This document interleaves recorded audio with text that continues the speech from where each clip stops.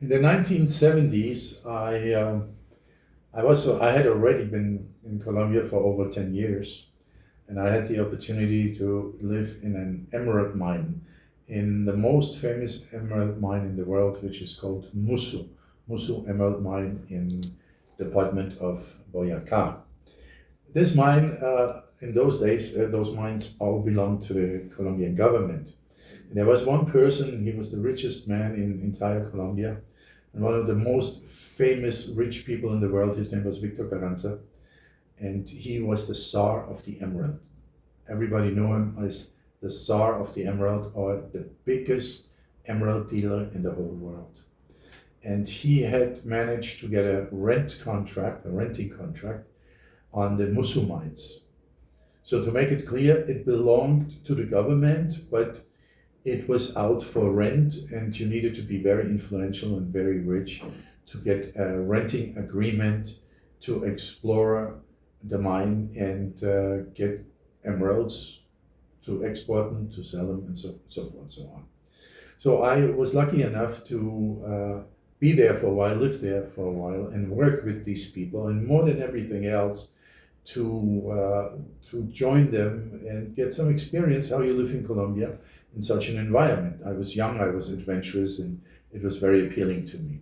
I remember one night, in the first couple of weeks I was there, I got accustomed to be around these people, pretty rough people. Everybody was armed. They all had guns and rifles with them, loaded at any time.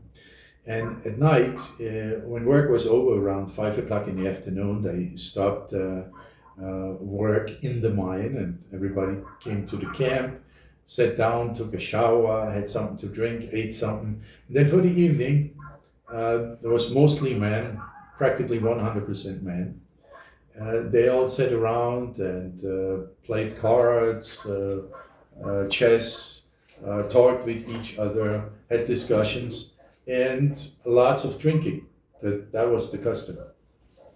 So I remember my first violent experience that I was so naive and so young in those days that I didn't even take it as something dangerous. I don't know why. Until today, I can't remember that.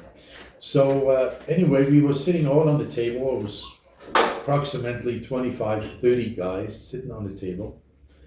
I was sitting on the head of one side of the table, and in front of me on my left and on my right side were people sitting talking to each other. And again, I was sitting on the head of the table, in between these two people. And suddenly a discussion broke out between them, and it became somehow aggressive. To explain it, they were talking about something they disagreed. I don't know exactly the subject anymore, but I remember they talked about something. They had suddenly a very big disagreement, and it became personal. Personal in the sense that it was already starting to insult each other. And insulting somebody on that level in Colombia, it's a dangerous thing to do, because as you hype yourself up, and they were all with weapons. Everybody had a weapon. The most common weapon at the time was either a 45, which is a large pistol, as you know, probably, and they also had the 36, which is a revolver. These were the two most common weapons I remember. I personally didn't have a weapon at the time. Later on, I learned.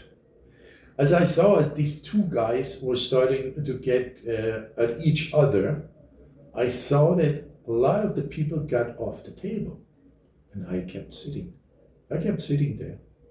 I was listening, and suddenly the guy to my left took out his weapon and started to shoot. Now, if you have somebody sitting right in front of you on the other side of the table, it's not very hard to kill him or get him.